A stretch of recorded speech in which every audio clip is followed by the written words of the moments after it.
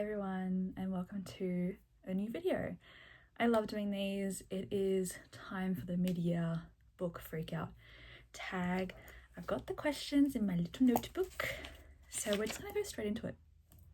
So the first question is always so fucking hard, but this year I really wanted to try and like nail it, like one option. So the first question is the best book you've read so far. This is The Door by Magda Szabo. Oh my god. The range of emotions that I felt reading this book. Not only is the writing so beautiful and exceptional, the story is incredibly engaging. You don't want to stop reading.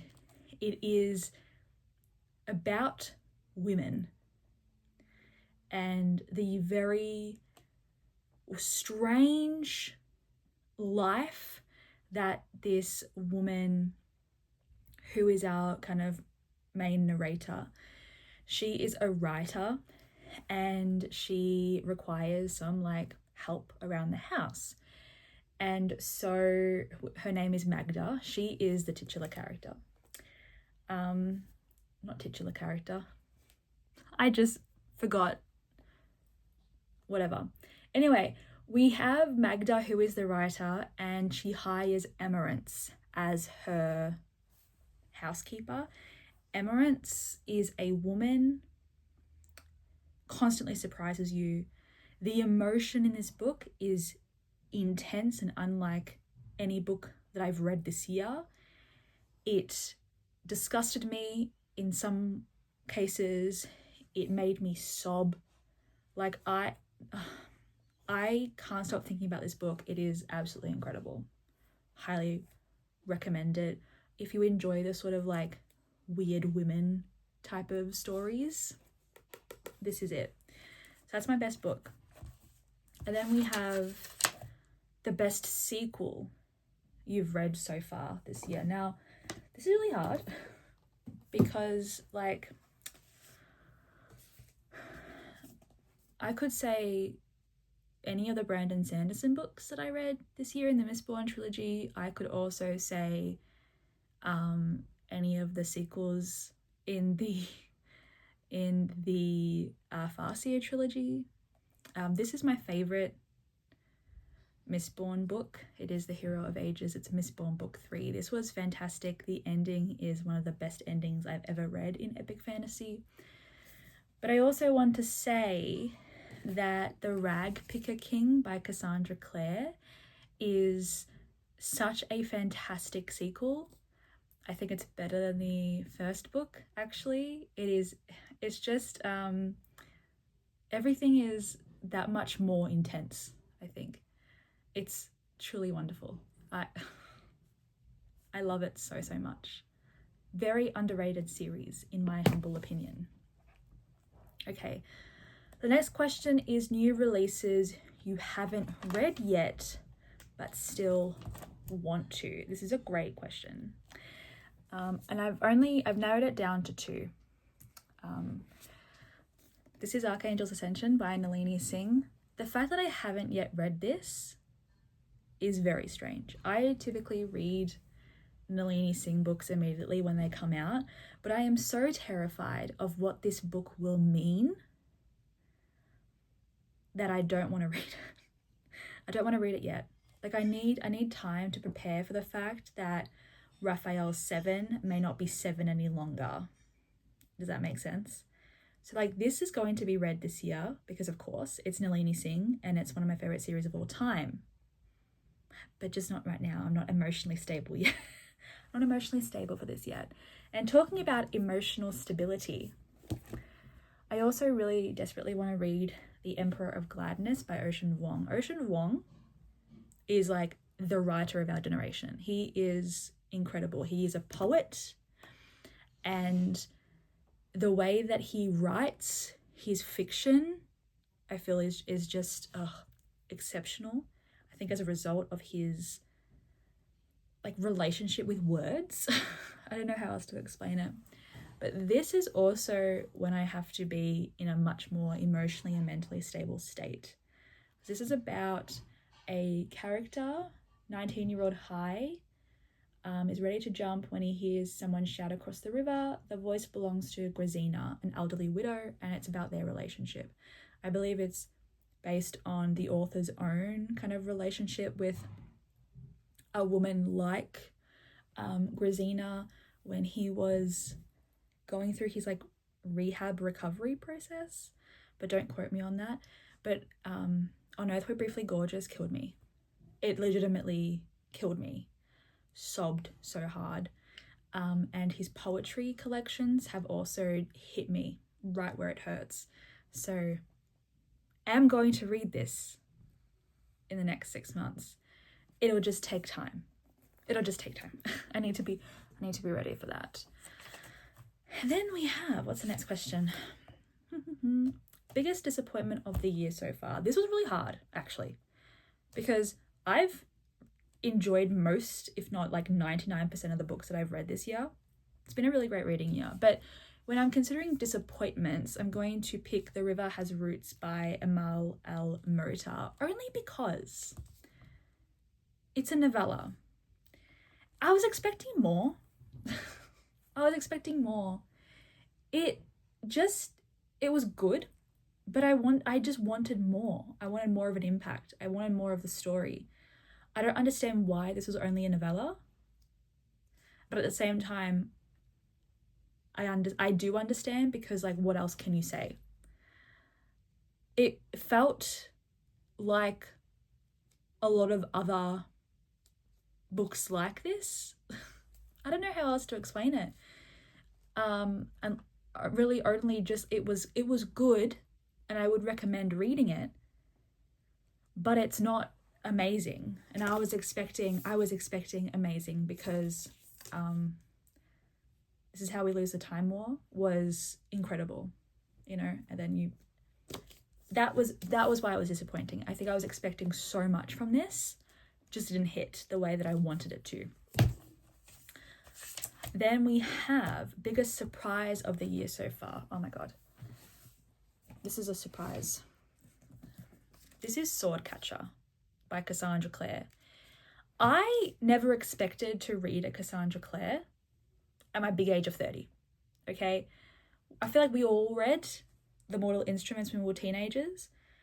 I was obsessed with that series, but then I kind of backed away from Cassandra Clare because I wasn't really interested. But this book. So this is the first book in the Chronicles of Castellane. I think the series is called. Even though it's the Chronicles of Castellane, it's only 3 books. It should be a trilogy, but it is about Cal, and that's Connor. Connor is the prince. Cal is basically his body double, his sword catcher. He is there to like pretend to be the prince when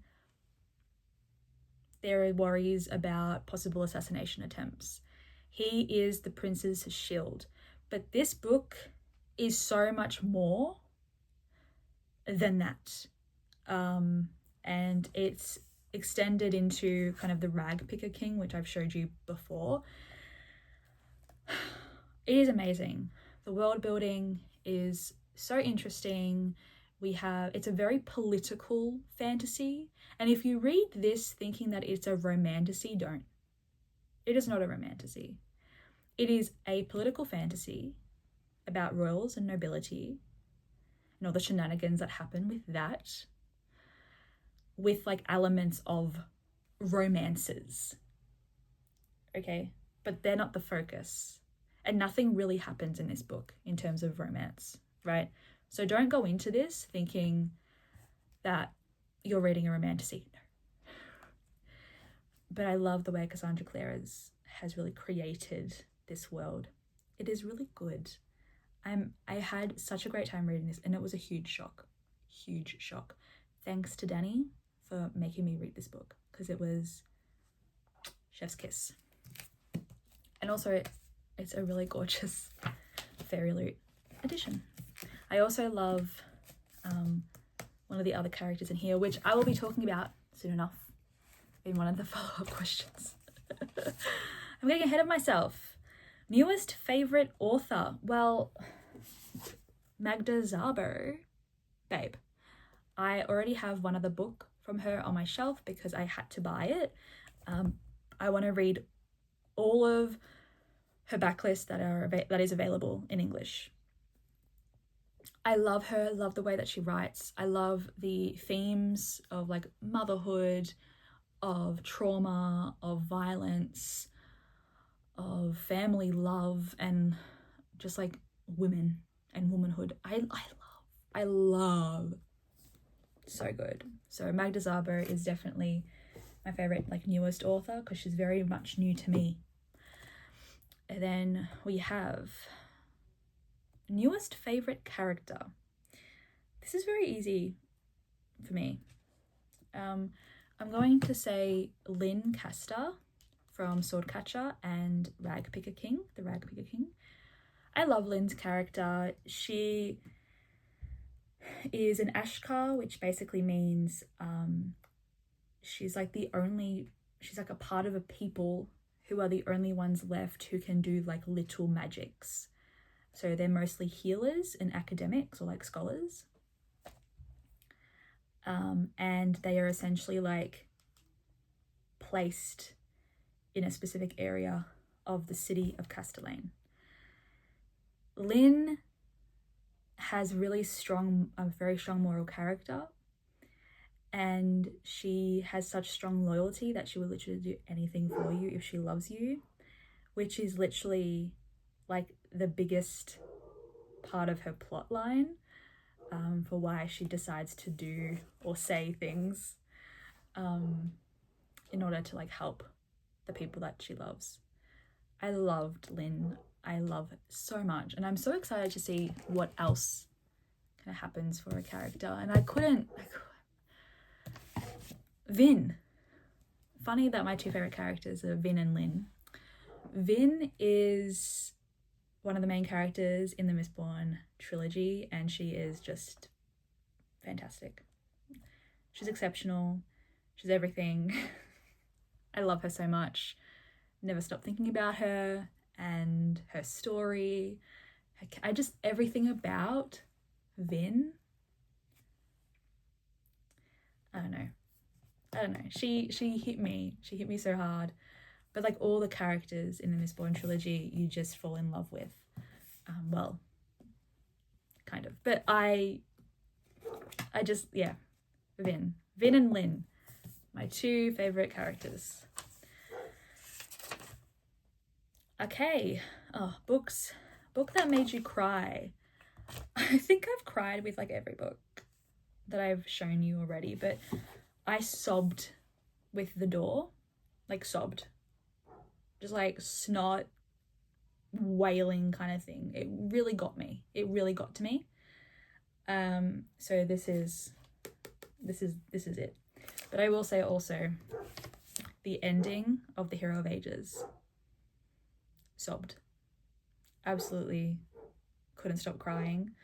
But it was the cry of like, oh my God, but also they're resting and they're happy. If you know, you know, but I couldn't stop crying. I'm very easy to make cry though. Like it's very easy for me to cry.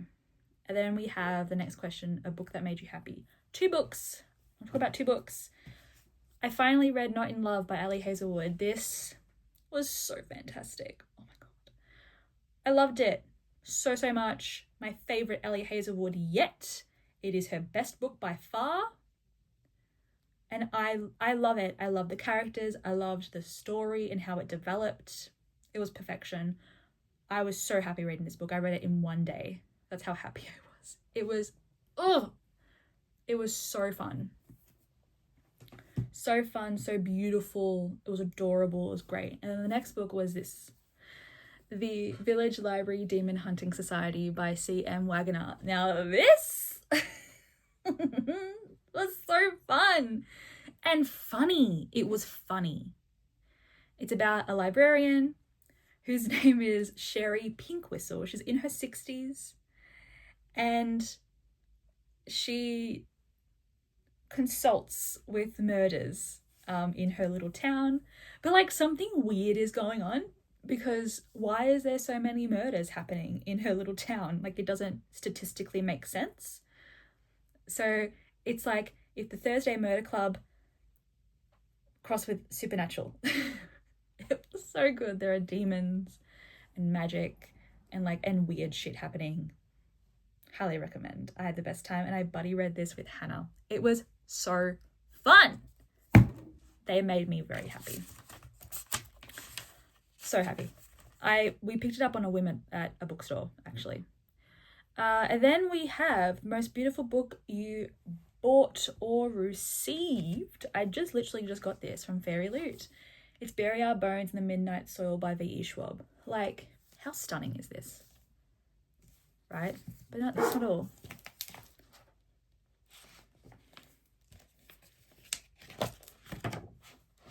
Like, look how stunning. Oh my gosh. Literally incredible. Absolutely beautiful. I love buying books. Let me just... Apologies. My food came. It was delivered.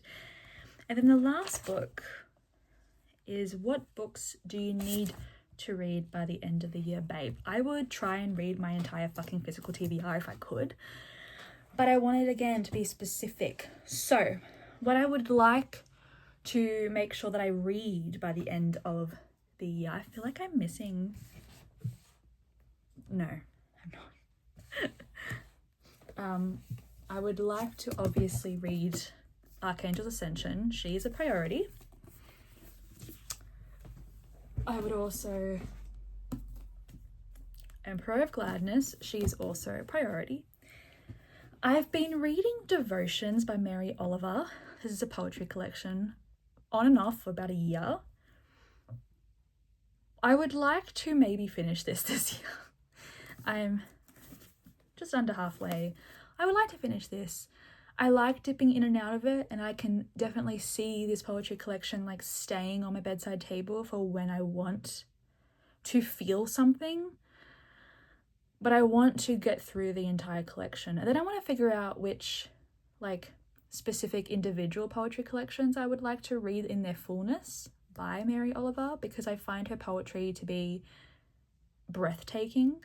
So I would like to finish this year. Oh my god, you're most likely going to be sick of me constantly talking about this book, but I'm going to read Intermezzo by Sally Rooney. She is going to be read. She is. I promise. I'm going to do it. I'm going to check in and see if I've actually read these books by December. I then want to read Martyr by Kaveh Akbar. I've only heard glorious things about this book, and I'm ready. I'm ready for it. I was actually thinking about reading this next month. So if all goes to plan, I will be reading this next month. I just love the idea of this story. So, and it's the most beautiful cover ever. And then another book that you're most likely sick of me talking about.